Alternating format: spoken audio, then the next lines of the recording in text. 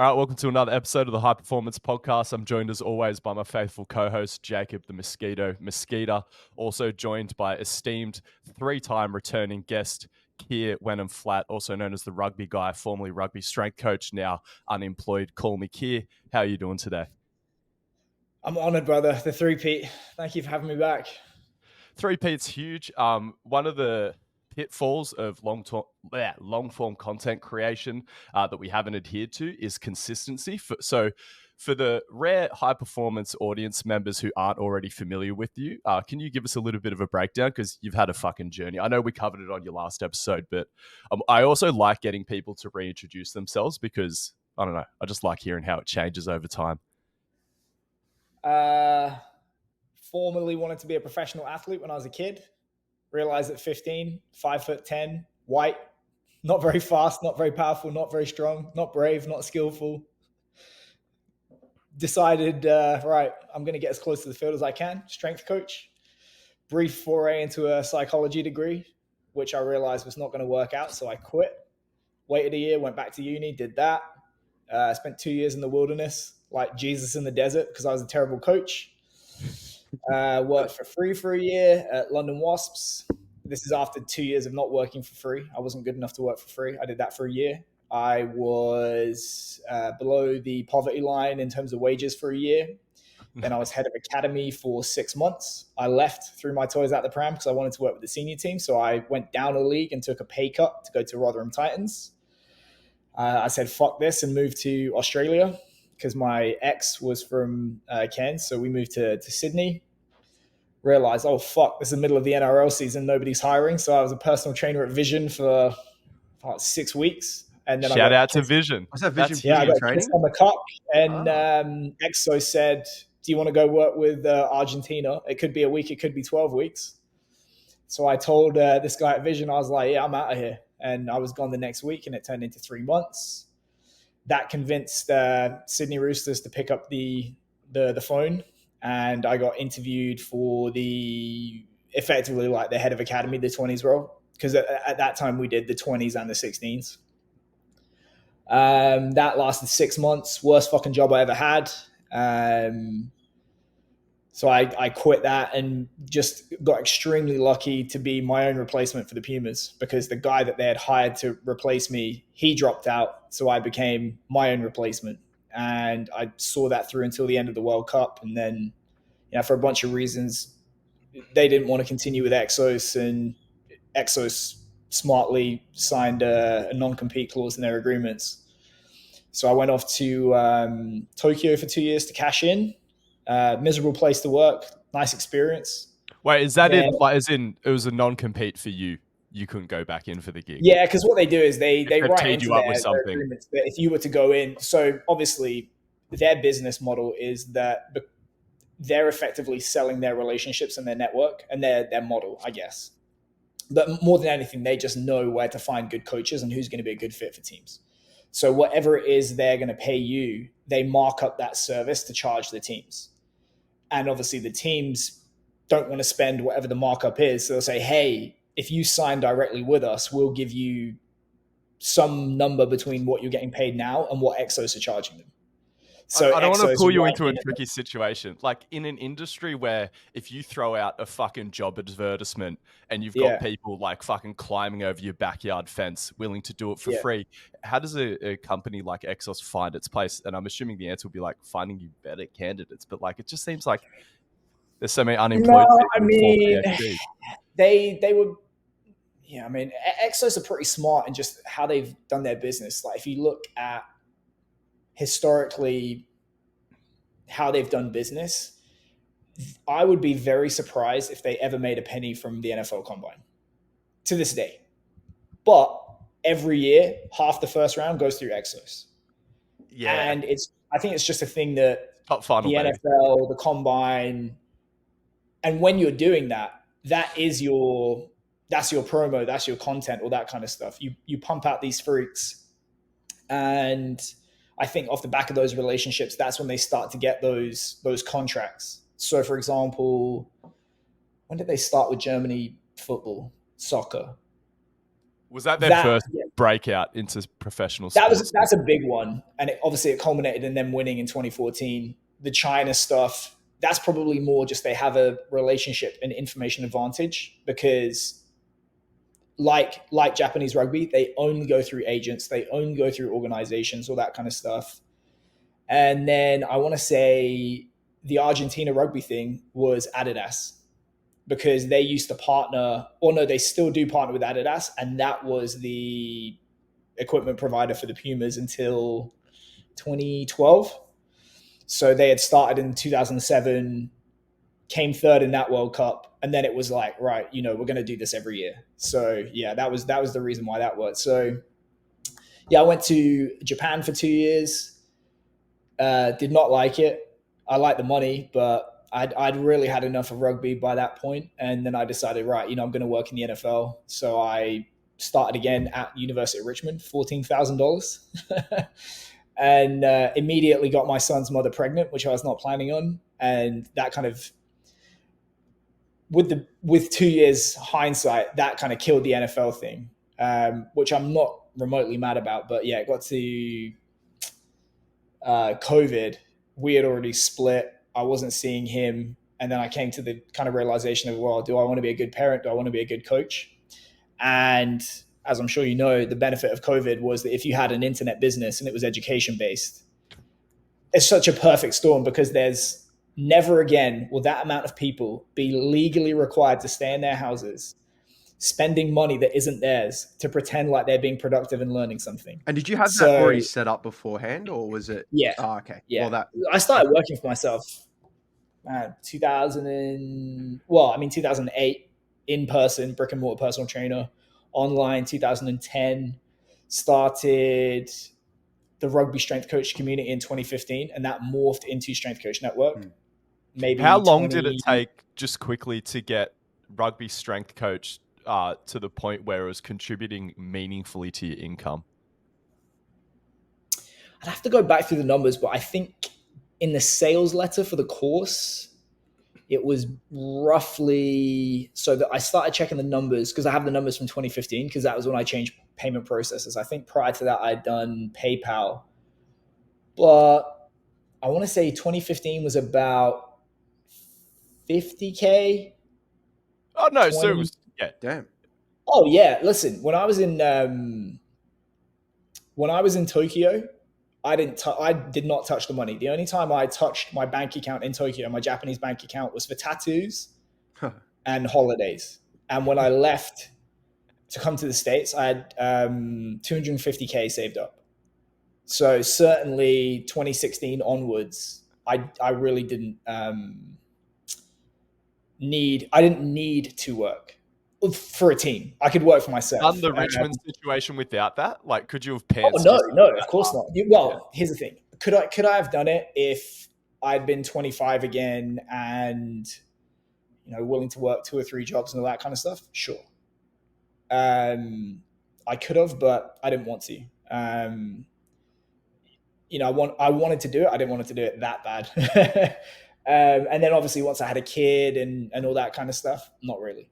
Yeah. So yeah, I was pretty fortunate in that regard. But the ramp up, I want to say there was a dip.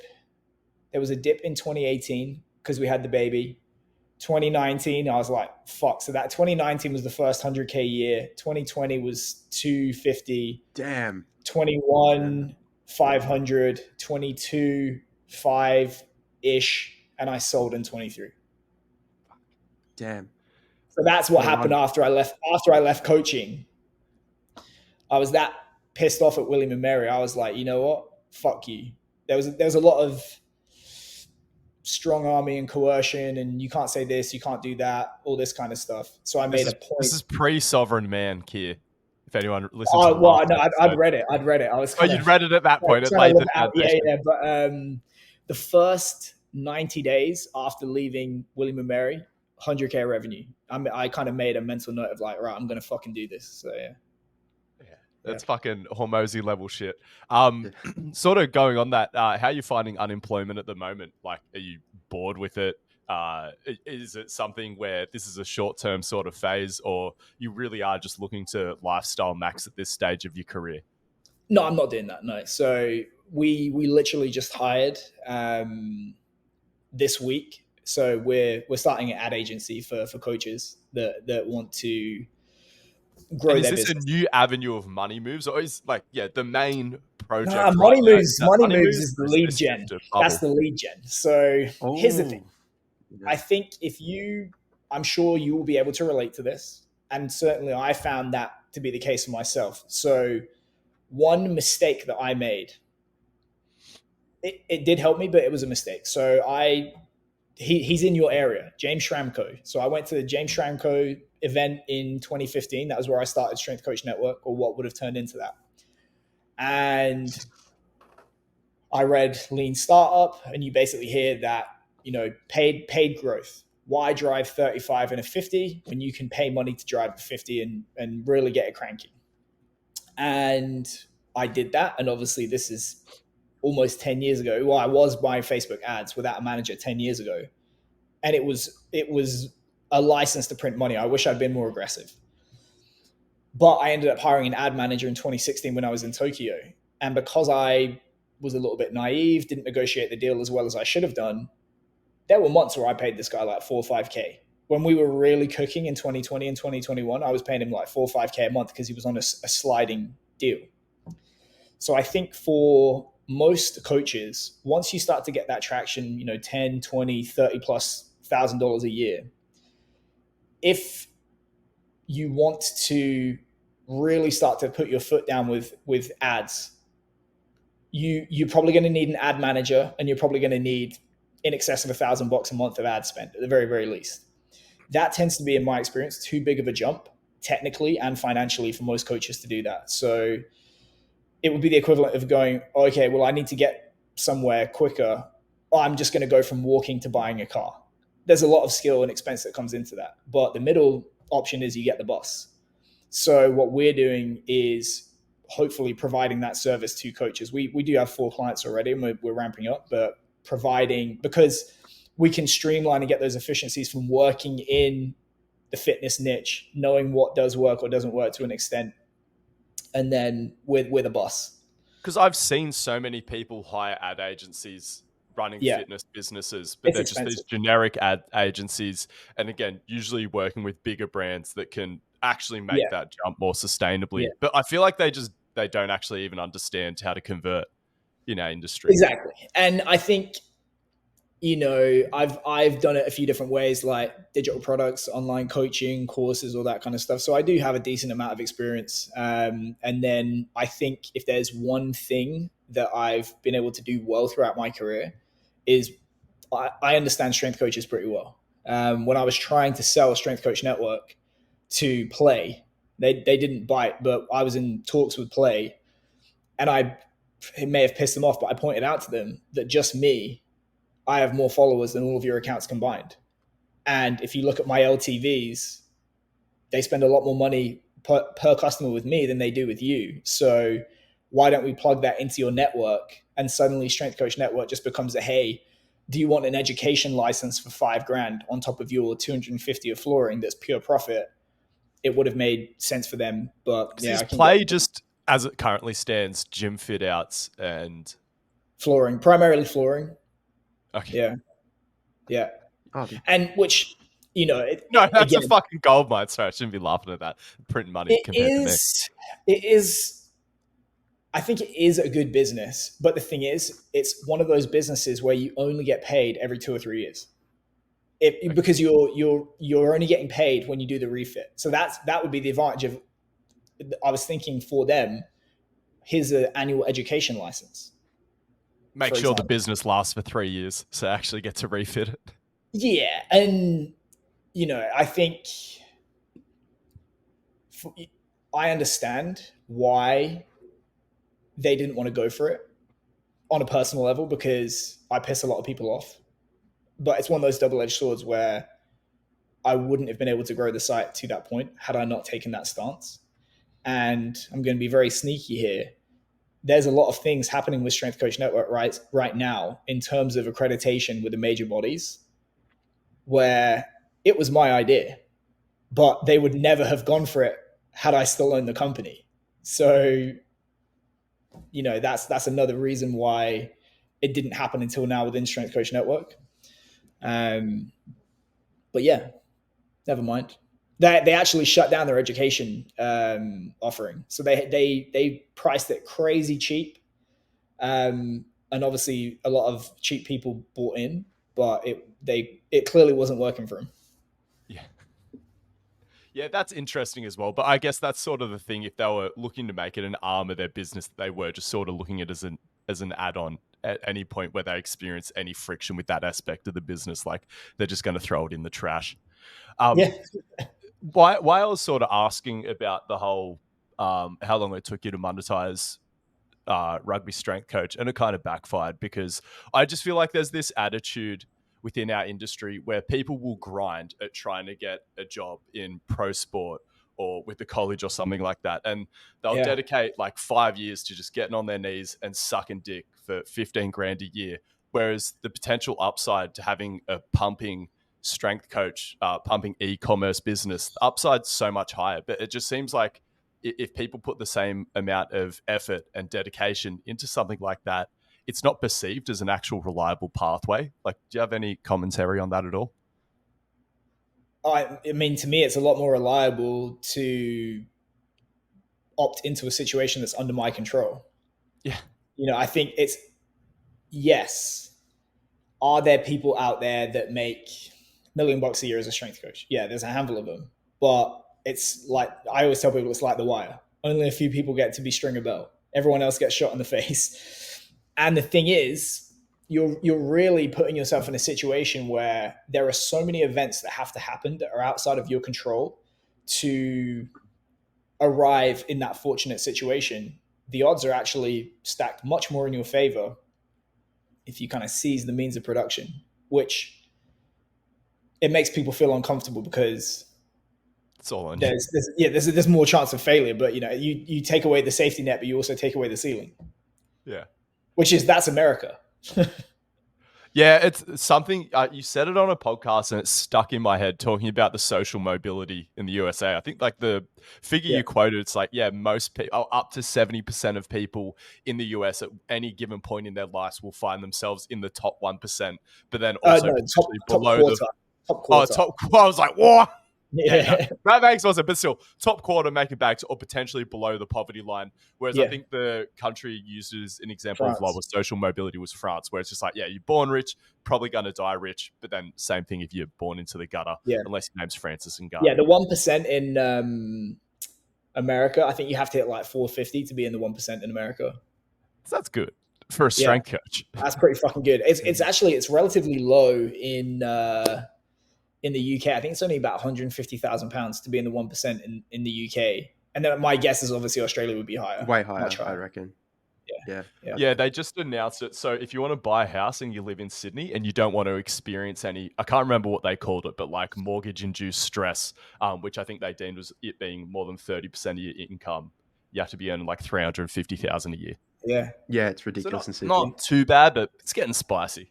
I used to live in North Bondi, right by the RSL, and it was just a generic, normal 2-bedroom apartment, and it was like 1.5 million.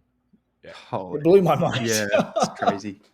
I was renting, No, I was in that. Do you know the Pink Tower on Brighton Boulevard? There's a bright blue one and then a bright pink one. I was in that. That was my little 4x4 prison cell. There you go. Where I just cranked out all my online stuff. It's a special time in my life. What do you think is some of the biggest misconceptions about having an e-commerce business for strength coaches? Like you see people having a crack at this and just completely running in the wrong direction. Like if you could isolate a couple of key areas that people need to work on. I know it's a tremendously vague question, but I think it's because of I think it's equal parts enthusiasm and anxiety, which is I have to make this work. Yeah. So I think that's a big one, which is the second people start working for themselves, it's always straight to buy my stuff, buy my stuff, buy my stuff, buy my stuff. Just hoeing. Yeah, which is, equivalent of going up to a girl in a bar and saying fancy a fuck. The one that says yes is not the one you want to go home with, and 99.9% are going to slap you in the face. So obviously, that's Mrs. cancelling on day 6 of the free 7-day trial. Yeah. So if when you go out hoeing in real life, if you have the self-control to break the process down and do it step by step rather than just go straight and be like, oh, your place or mine, introduce yourself, small talk, exchange numbers, build a relationship, go on a series of dates and so on. In real life, you're only supposed to do that one girl at one time. With social media and the scale of the internet, you can do that with hundreds or thousands of people at once. But if you have the self-discipline to break that process down and to never ask for more time and attention, because that's the currency of the internet until money changes hands. If you're only ever asking for the amount that you're entitled to and you're providing more value than you're asking or receiving in terms of time and attention, you're cementing and building that relationship over time, and you earn the right to ask for bigger and bigger commitments in the future, which culminates in a sale. And then actually, I haven't written a blog in 5 years. I wrote one today. So if you go callmekare.com/blog, it's up there right now. I published it just before we spoke. And that's another thing, which is when you are a coach, and we're very scientific. When you're scientifically minded as a coach, you get tricked into thinking that if you just make a strong enough logical argument for your product or service, that you can convince people to buy. Yeah. Not going to happen. All the logical stuff is just to rationalize the emotional decision that they've already made. So what you have to do is grab attention, evoke some kind of emotional reaction, probably through a meme or going after someone they like, and being interesting and different, which is what you've done a great job of, because it's only once you have that attention and that intrigue that you can then tell the logical story, and they'll be like, oh, actually, you know what? I'm right to spend my money with this person. Yeah, it's great. Jacob, I know you got the next question, but yeah, something that I also want to echo is like, I do understand it. I think that might be one of the reasons why a lot of highly qualified strength coaches and highly experienced strength coaches struggle in the online spaces. Like, they don't understand how valuable 3 seconds of attention is. Like, and they're bitching and moaning. They're like, oh, people didn't want to read my 5,000 word fucking essay on Instagram. It's like, you haven't earned that right yet. Like, stick that behind a fucking paywall and wait till people actually give a fuck about you. Whereas people just, they do all this stuff sort of in the trenches, and they just want so much validation from that from the get-go. It's like, why do I give a fuck about that? I'm scrolling. There's like a photo of Kim Kardashian with her glutes out, like just below you. And you want me to read your bullshit fucking dissertation that got you like $10,000 a year? Yeah. Fucking say. Sorry, Jacob. Hand it over to you. So for you, with your new sort of business with this ad agency, for young coaches out there, apart from like with the income that's coming in for them, is there any sort of telltale signs that they should start sort of pumping ads and stuff like that? Well, I would say, if you're going to start pumping them, you need to dabble and dip a toe first and make sure they're working. Yeah. If we kind of work backwards, you really want to be pumping ads when you know that the ads work and that you know your numbers pretty well. So if you don't know pretty much to the penny what your lifetime value is, what your customer acquisition cost is, what your click-through rate, conversion rate, all that kind of stuff, if you ask those questions, you're like, what's an LTV? Do not be pumping ads. Yeah, I think I used the wrong word with pumping, but like sort of also like first starting with ads as well. Got it. Okay, right. Yeah. So like entry budget, like, because I understand that logic of like, you want to dip your toe in and test, but is $50 spent on an ad gonna get me enough data so then I can make informed decision making? Like, what does that stuff sort of look like entry level? Basically, yeah. So the average cost per click now on Facebook is like a dollar per click US. And then if you are getting emails for anything under $10, you're doing good. 3 to 5 is the goal. Wait, $10 per email? Up to. Oh, if you have a decent LTV, you can make it up on the back end. Yeah, higher ticket. Yeah, fair. Yeah, so For example, the course. Fuck me, people better be converting, but Yeah. Well, the easiest way to make ads work is to have customers spend a lot of fucking money on the back end. So is that so? I know, because I want to get back to this dipping your toe into ads, but I Yeah. also am curious on your take on meta shifts in e-commerce in our industry in general. Like, do you feel like there's a bit of a, I think we sort of touched on this last interview, like a subscription revenue hangover, or people sort of looked at that as, what's the fucking word? Like passive income. Whereas I think what you were already sort of on the frontier of is pushing higher ticket items, just to realize that, you know, $1 today is worth more than $1 tomorrow. Or is it not Yeah, purely well, Keynesian economics? I've kind of revised. I would say both. Okay, If because this is pretty yeah, hectic, I think. yeah, it's one of those things where I think it's always one of those things where you just, grass is always greener. But I do feel when you are selling high ticket stuff on the front end or as one offs, it is great. For example, this January, we worked out that our CAC was like $150 and our average order value was $900. So literally every day I was going to the ad guy, spend more, spend more, spend more. And I think we topped out at over 500 a day in ads, which is nothing. For example, I spoke to somebody the other day, 16K a day he was spending in ads. God, you don't have to out your friend Ben Patrick like that. Well, that's great. But then it is feast and famine. So you have months where you make, 50K.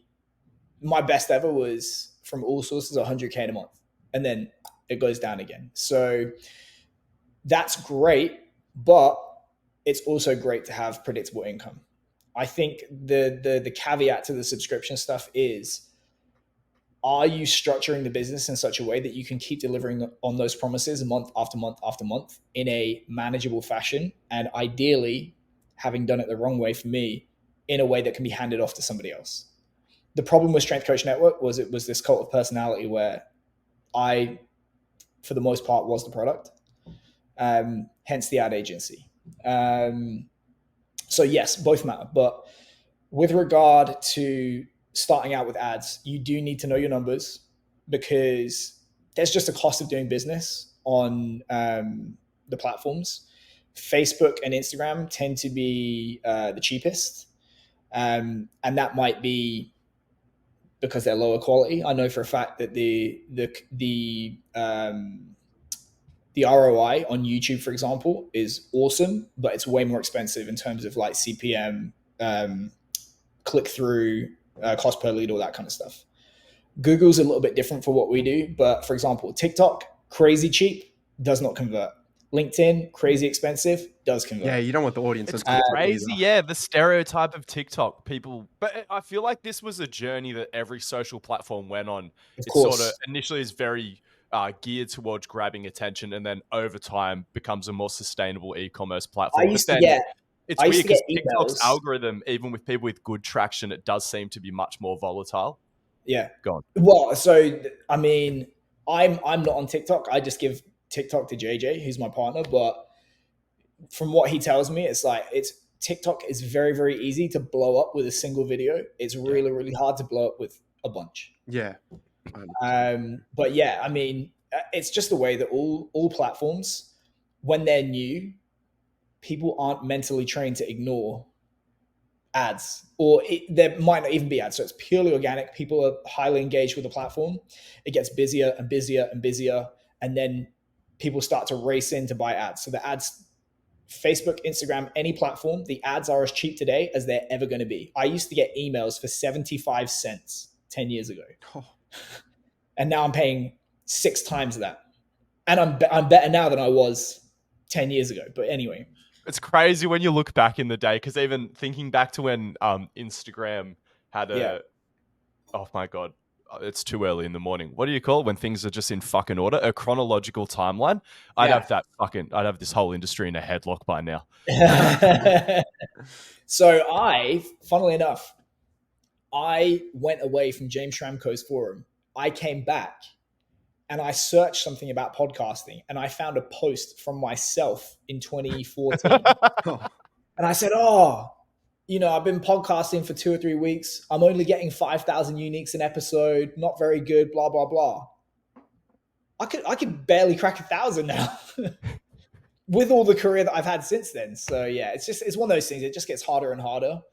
The longer Fucking you go on. loved your OG podcast. I will go back to, I guarantee you, if you had done that weekly and kept that up, you'd have an outrageous amount of downloads. Because that was us with the High Performance podcast. I think it was like 18 months to get our first 2,000 download month. But then within 6 months, it's like over 10K. And then you just turned into Rob Pacey, just fucking asking the same questions again and again.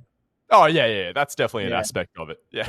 Yeah. And that, I'm sure had I stayed in rugby, I'd probably have made way more money than I ended up doing. If I'd have stayed doing podcasting, I started in 2015. If I'd stayed doing podcasting, I'd have made way more money. If I'd have stayed in football, I would have made way more money. I just get bored.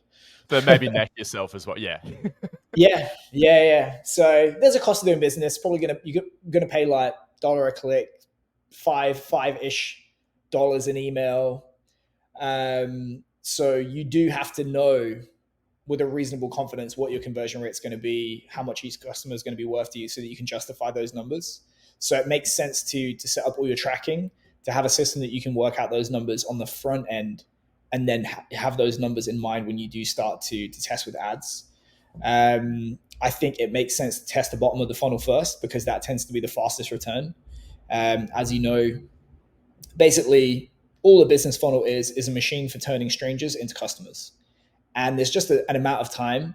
There's a number of exposures. There's an amount of content that they have to consume of yours to get them all the way from the top to the bottom. And it takes time. And if you're spending money on ads to reach top of funnel, to get a new audience, all that kind of stuff, you are kind of sat there twiddling your thumbs, waiting for the money to come through at the other end.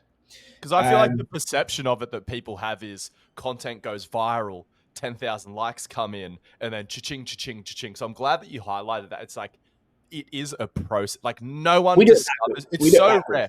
It's so rare that, and I think once you have a huge reputation and maybe a higher follower count and you've been again, like maybe that process gets quicker. But I think so many people are just completely oblivious to that. It's so obvious once you've been in the game and experienced that. But I think so many people from the outside looking in, it's the biggest misconception about like what the process of finding out about you to then becoming a customer actually looks like. If you're starting to get a little bit of traction and you're starting to buy ads, the fact that you have a little bit of traction means that you have an audience. It means that they're engaged. They value what you do. But just because nobody rides for free on social media platforms, it means that you're only reaching a portion of those people. So the likelihood is if you put paid ads in front of them with an offer, they're going to buy and you're going to get your money back pretty quickly because they've already trickled through the funnel organically. Conversely, if you go top of funnel, you have to wait for all of that to happen. And like you alluded to earlier, you're not just interested in the amount of money that you make, you're also interested in how quickly you make it, because you have to think of them of the dollars as like redeploying. You want to be able to close that loop as quick as possible. So if you find this magical ATM that whenever you draw out $100, it actually gives you 120. The smart thing to do is to run around to the counter in the bank, deposit 120 and draw that out. So you can just keep going through that flywheel as quick as possible. And when you go top of funnel versus bottom, it takes a lot longer to do that. It also takes a lot longer to do that with subscriptions. So that's another reason why one-off products work, because you get your money back immediately and you can go out and buy more ads. That was a real problem that we experienced the hard way with Strength Coach Network, which was we were underwater until month 7. Damn. Once we started introducing those one-offs. Sorry? It is solid like stickiness with the platform though, compared to what I've heard other people getting. Yeah. Well, I mean, the numbers are still going up. Yeah, there's a pain associated with that 7 months, but out there battling with 2 months. Yeah, so that was another reason why we brought in the courses. That's another reason why we started using those like really heavily discounted thank you page offers, using 7-day follow-up, all that kind of stuff. And, now that Justin's running the site, there's still people that will, the day they opt into a lead magnet, they'll spend $700 in 15 minutes, some of them. And those 1 or 2 people that do that, they pay for all the ads for the rest. So I'd say that. So having a little bit of traction, bottom of the funnel, and then it really is throwing shit at a wall to see what sticks. So I think trying different angles, emotional, logical, and within emotional, it's different emotions that you can elicit. Like Humor, negativity disgust, bias or outrage, greed. Always negative. Always negative. okay. It's just a fact, you know. Yeah. I forget the exact number, but is because of scarcity and because of negative things hurt and kill you in evolutionary terms. We're so hardwired to avoid negativity. And even if it is a positive outcome, you can frame it in a way that elicits more of a negative response Yeah, and like motivates trying to action. avoid the poor outcome more than Exactly. Yeah, realizing you the flip it on actual its head goal. and say, right, avoid this. I I think it's just my style as well that, you know, I'm kind of, I like taking the piss and pointing things out that I think are No, because I was dumb. gonna say, like, I feel like me and you, we align with that, but then you do have your squat use and your Ben Patrick's where it's full NPC Sims character, toxic positivity. I can't wrap my head around that one, though. Well, Ben Patrick's a Scientologist, so I can wrap my head around that. No, I can wrap my head around where the programming comes from, Yeah. but why is that not breaking eye Well, contact that with is like one Lego thing. character? Sorry, being Authenticity. too rude here. Authenticity. I do think you No, it really is. have You're to right. try, if He people lives it. have pretty good bullshit detectors, and if they feel that you're not being authentic or you're trying to do an impression of somebody else, and it really does fall flat. That's why all I those think the most ATG pages fail. So don't get an ATG affiliate link if you're trying to 10x. Is the subtext to that? yeah. So I think, you know, trying stuff out like that, and then yeah, what else would I do? Yeah, kind of work backwards through the funnel. I think having lead capture and lead follow up is one of those things where it really does plug holes in the bucket. I would almost be surprised if people can make it work profitably if they're not doing that after a certain amount of time. Just because when you're buying ads to just reach cold traffic, unless you're trying to capture lead information, if you people say it's like the rule of eight or whatever, 8 contacts before people buy from you. If you want to make a sale with just social media, you're paying 8 times to interrupt them. Whereas if you can capture lead information off of social media platforms, email and text are free. So it really brings down your CAC if you're capturing lead information. And as you alluded to, like, even if they cancel, you get another swing at them. Or even if they don't buy, you get another swing at them down the line. You can do promotions, you can do all that kind of stuff. And it might just be that the timing wasn't right for them at that time. That's massive. I really do think that our big thing has been to use social media advertising to get leads, and then we'll do most of our selling via email. Email is king, yeah. Because it's less crowded in the inbox, it's free, you're training people to consume your content, you're not as reliant on the algorithm. You know, even with ads, you're effectively being penalized in terms of how much it costs you with SEO. So if it's not relevant, if it's offensive, anything like that, you're going to pay more. So yeah, I think it's counterintuitive, but the goal is to get them off of social media as quick as possible. And people shit talk email marketing.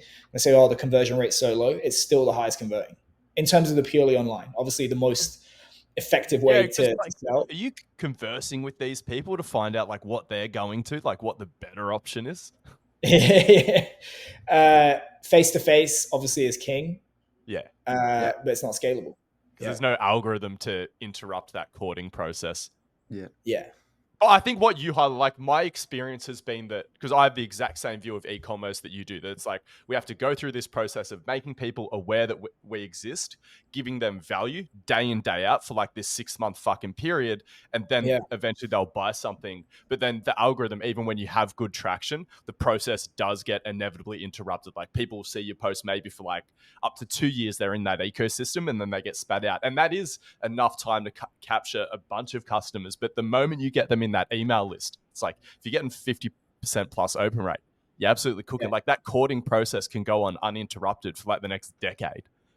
Yeah, and there was a guy this year who I remember him emailing me 5 years ago. and it was the first thing they ever bought from me was this year. So, wow. yeah. The fucking long tail. That's real. Yeah. That's a little bit too long for my liking, though. Yeah, we can't have everyone taking that much time. I hear a lot about you talking about thinking of a demo, and when people are like, what's a good demo to work with? Just thinking about the size of the demo and then the average income or socioeconomic average of the people in that demographic.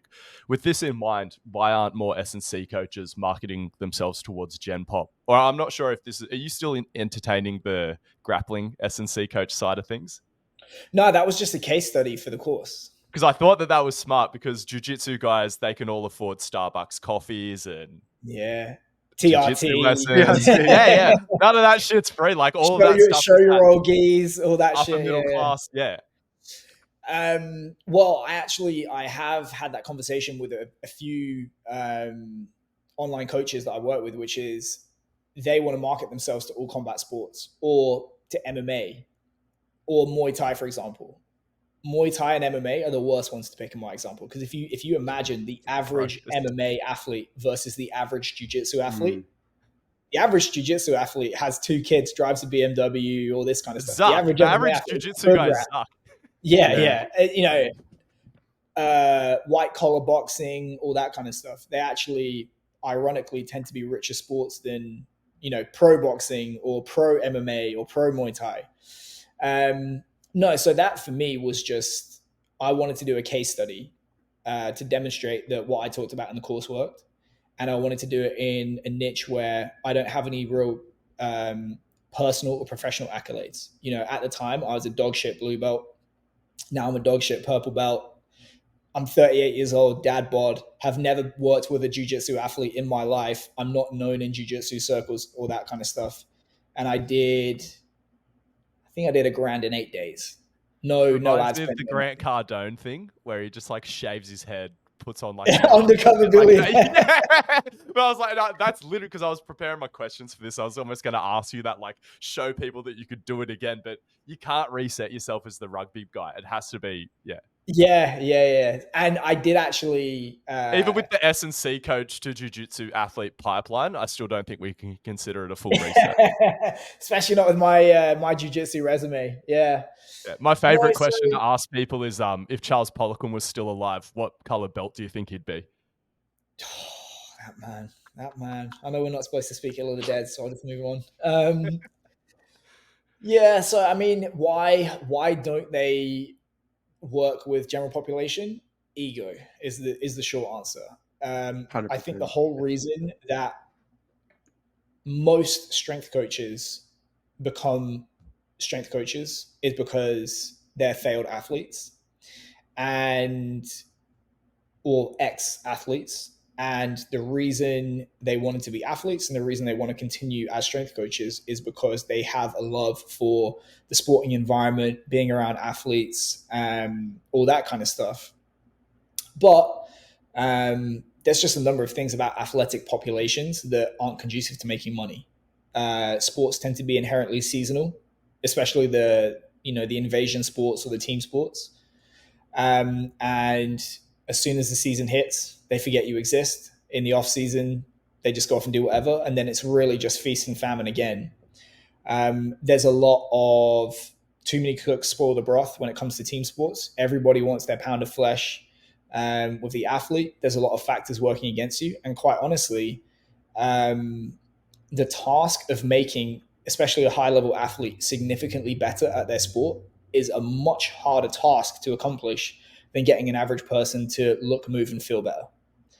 I think where people do fall down, if they do tend to pick general population, is that they think that that's a green light to train everyone because it's general. I still think you have to appeal to a subset of the general population, because... How do you do that, though, without just being like the classic, I fucking help busy mums of 2 get rid of I help Avatar. Or do you think that, or is that fine? Time frame without pain point. Because I love how, like, people say the same thing about, oh, everyone has a fucking fitness podcast. But I'm like, yeah, I still find this incredibly useful to my business and I enjoy it. So it's like, as much as we meme the, oh, hell, busy mums are too bullshit. Like, if that's effective, what do you reckon? It is. And here's the thing. If Marketing to you NPC. just put yourself in the shoes of the customer, everyone has this natural gravitation towards something they feel is a solution just for them. Yeah. So if your knees hurt, you're going to go to Jake Tura. If you want a big ass, you're going to go to Brett Contreras. If you want to, if your knees hurt, you're going to go fucking Ben Patrick, whatever. Step above. That kind of stuff. So but then you'll get spat out that pipeline to Jake Tura. Yes, yeah. So and if you think about it, it's because everyone's a snowflake and they just think, well, I want someone who's going to have the magic wand that's going to solve my problems better than anyone else. And we get tricked into, rightly or wrongly, thinking that because someone specializes in dealing with people like us and that problem, that they're going to be better at it than a talented generalist that would apply solutions to a bunch of people. But from a marketing standpoint as well, I was speaking to Vernon Griffith, and he kind of rightly made the point when we were at lunch, which is when somebody buys from you, they have to at least they want what you have, or they want access to something that you can give them. Yeah. So if you're able to tell a compelling story to people when you're selling, which is, I have been where you've been, I understand what you're going through and how it feels. Yeah. More importantly, I've kind of broken through the other side of it. And now for a fair price, I can help hurry that process along. And I think truthfully, when it comes to training athletes and sports and stuff like that, everyone out there could have the knowledge that a highly qualified coach could have. The problem is that time is not on their side. So what you pay to leapfrog that and not have to put in the same amount of time. So really they're paying for speed. They're paying not to think about it. They're paying for expertise and stuff like that. And that comes from specialization. Fuck. I love these parts of the chat because it challenges my whole positioning in the marketplace. But Jacob, I was just making a mental note. We definitely, because I'm great at getting attention, but I feel like, and I'm great at getting people to click over to the Train Heroic page. But I just feel like my conversions, like the copy there must be shit. And Jacob, we need to do much more than like I was in your position. Yeah. I didn't know how to combine training for all these separate qualities. Emotion. Now I've come out the other side of it. I haven't run sub 12 yet. Doing that'll fucking help. Sorry, yeah, that was just my own internal fucking reflections about niche-based marketing. I did have a question to go on the back end of it, but so you sort of I should say there's one thing about that, which is Neil Patel. Oh, I know the name. Yeah, so he's very, very clever. But one of the things he talks about, which is it's true that you do have to start incredibly focused and niche down, but you have to make the decision ahead of time that you're picking a large overall market that you can expand pulling into. At a thread. Yeah, because eventually you do have to be extremely disciplined to start out with, but then as you expand, you are going to have to go out and out and out and out and out. And the classic example that Peter Thiel talks about in 0 to 1 is that when Facebook started, it wasn't open to everyone. It was open to just Harvard. Then it was just the Ivy League. Then it was just Stanford and maybe Berkeley and a couple of others on the West Coast. And then it was students only in America. And then it was students worldwide. And then they started to, they went outward and outward and outward. And had they tried to be like, oh, we're going to start a social network for 2 billion people that's available all over the world, they would have fucking flopped. Good luck. Yeah. And is this something that you did instinctively going from rugby guy to S&C guy? Or do you think that that was different? Is. Yeah. I mean, I discovered the value of it probably by accident. So I made this mistake when I started out, which is I'm a generic personal trainer at a gym chain that doesn't exist anymore in the UK. And I was like, right, I'll train anyone because I'm desperate. And I was. So that had kind of carried over to the online stuff. Still training everyone, performance, body comp, whatever. But if you look at my interests, well, for a start, if you look at me, am I going to compete with fitness models and, roid heads giving out, fat loss and muscle gaining advice? No. what happened was my interests, You could how I if was you didn't spending shit my on time, body positivity. how I was spending my time and attention, what I was good at, what I had social cachet in, all that kind of stuff. The only place it made sense that I was going to gravitate towards rugby because my career just did this in like 3 years. And then I thought, I don't want to talk about all this other stuff. I only want to talk about rugby. So that was when it was I came back to Sydney from the first stint in Argentina in October of 2013, and I bought rugbystrengthcoach.com. I paid $5,000 for that website in 2013. I wouldn't pay that now. But yeah, I bought that and I started the Facebook page Rugby Strength Coach, and training bike here, which is what I started under, 750 likes in 4 years. Rugby Strength Coach, 1,500 likes in a day. Damn. And it topped out at like 35,000 when I stopped paying attention.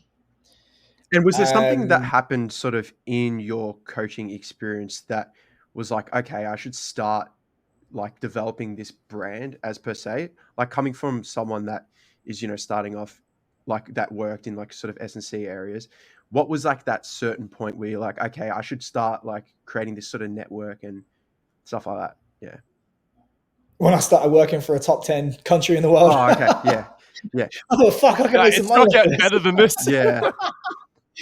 Yeah, no, just even if I hadn't done that, it just got to the point where I was like, I'm just going to talk about what I like. I'm going to talk about what I like because it is one of those things where it's a slog. And if you don't enjoy it, you're not going to stick with it. So I do think that is important. Yeah. And especially for young coaches that do like a lot of hours, sort of this free work and stuff like that. Is there anything that they actually can grab from those experiences that are, not being paid that could translate into something like that? Was there anything that you did specifically that you got from there? Like network wise and stuff like that? That's a good point. Yeah, I mean, the blog for sure helped. I remember when I was an intern at Wasps. So I wasn't even being paid. It was 2011. And I got an email from Brent Calloway, who's a big fucking deal at Exos now. And he said, just found your blog about working in a rugby club. If professional rugby ever came to America, would you consider working for one of our teams? And I was like, fuck yeah. If I hadn't been blogging and hadn't had an online presence at that time, he never would have heard of me. I never would have gone to China for them. I never would have gone to Argentina. None of this might have happened. Do you feel like people undervalue longer form content? It depends. I think it's one of these things where there's a trend within content to more and more video based and shorter and shorter and shorter. Fundamentally, when you're trying to persuade someone to give you lots of money, you have to make a really compelling case to do so. If I was going to ask you for 100K, I'd have to sit you down for hours, show you charts, here's how you're going to make your money back, all this kind of stuff. If I wanted to ask you for $1, I'd say, can I have $1, please? You'd be like, yeah, there you go. Don't worry about paying me back. So there's this proportionality between the size of the ask and how much time you have to make your case. Yeah. The paradox is to make those kind of asks, you have to start way back at the beginning, like you said, 3-5 seconds at a time.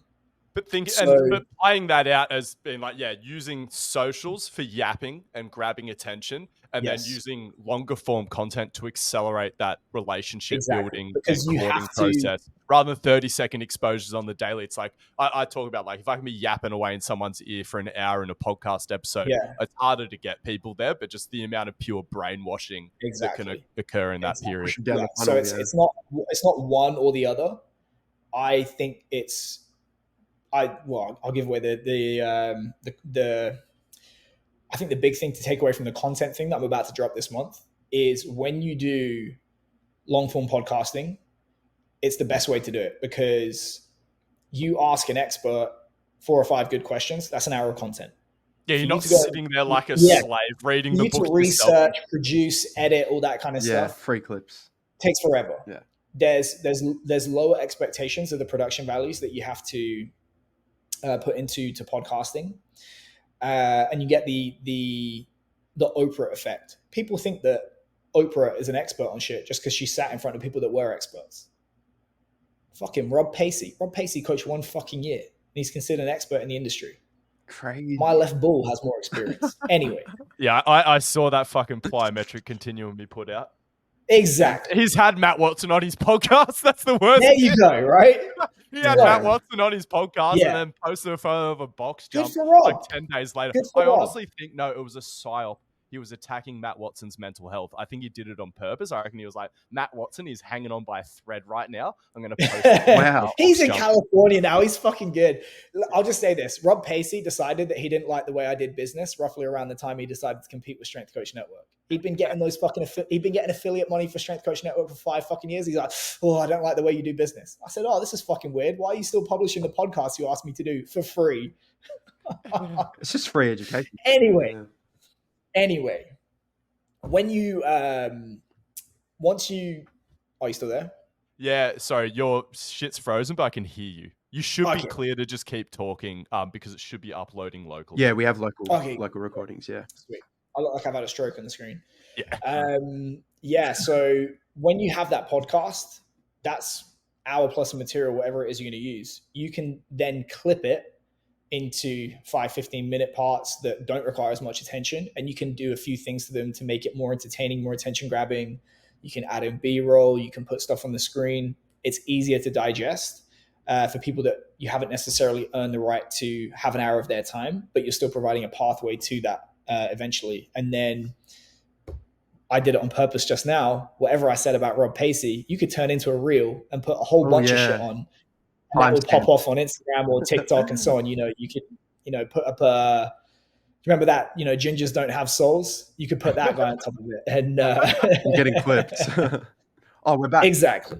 So by using, I've produced 1 hour of content, but I can turn that into 3 or 4 clips, 3 or 4 reels. And my call to action on the reel is going to be, head over to the main channel to watch the clips. And the call to action for the clips is going to be check out the whole conversation here. The call to action from the long form conversation is going to be sign up for my lead magnet here. And then all you do is once you start to work out those numbers, then you put ad money behind top of funnel, getting the reach with the reels. Okay. Damn. So there's been a lot of really actionable information in this episode. And yeah, I guess I'd just like to give my summary and then sort of hear your thoughts on if I've summarized it correctly. So don't just fucking make content for the fuck of it. Actually content have an is to make money. But understand like whose attention you're trying to grab and then like where you're trying to send them. I think a lot of coaches are out there just making content and they don't even have a way to vet whether the content was successful because again, they just didn't have a vision for what the customer journey would actually look like. Get clear on your fucking numbers for lifetime value, cost of acquisition. Understand that you are just trying to grab people's attention with short form content and then try to take them away to an email list or something like that off another platform. Did I miss any of the big rocks for coaches who are sitting there scratching their nuts, listening to this podcast, being like, I wish I could do something like what Kia did? Any other big rocks? I don't think so. I do think it's... Have a bit of cunt about you. Of course. high LTVs. I've learned the way to make money is sell expensive shit to rich people. It really is hard when you sell cheap stuff to make up in volume. You're not Coca-Cola. You're not gonna make billions and billions making, how much is it, 5 cents a can they make? It's probably not gonna happen. You need to sell expensive shit to rich people. I take it. Okay. Fuck. All right, quite a journey. Thank you so much for coming on, Kier. If you just like to plug, if you want people to find you, where they can find you, and then anything big you've got coming up, because I know there's a few things in the works. Callmecare.com. You can find the course, the Money Moves course there. The proposition for that is teach you how to make $1,000 in 8 weeks that it takes to do the course, or I'll just work with you for free until you get it. So it's not life-changing, but I don't think most strength coaches have 1K in the bank. I'm going to drop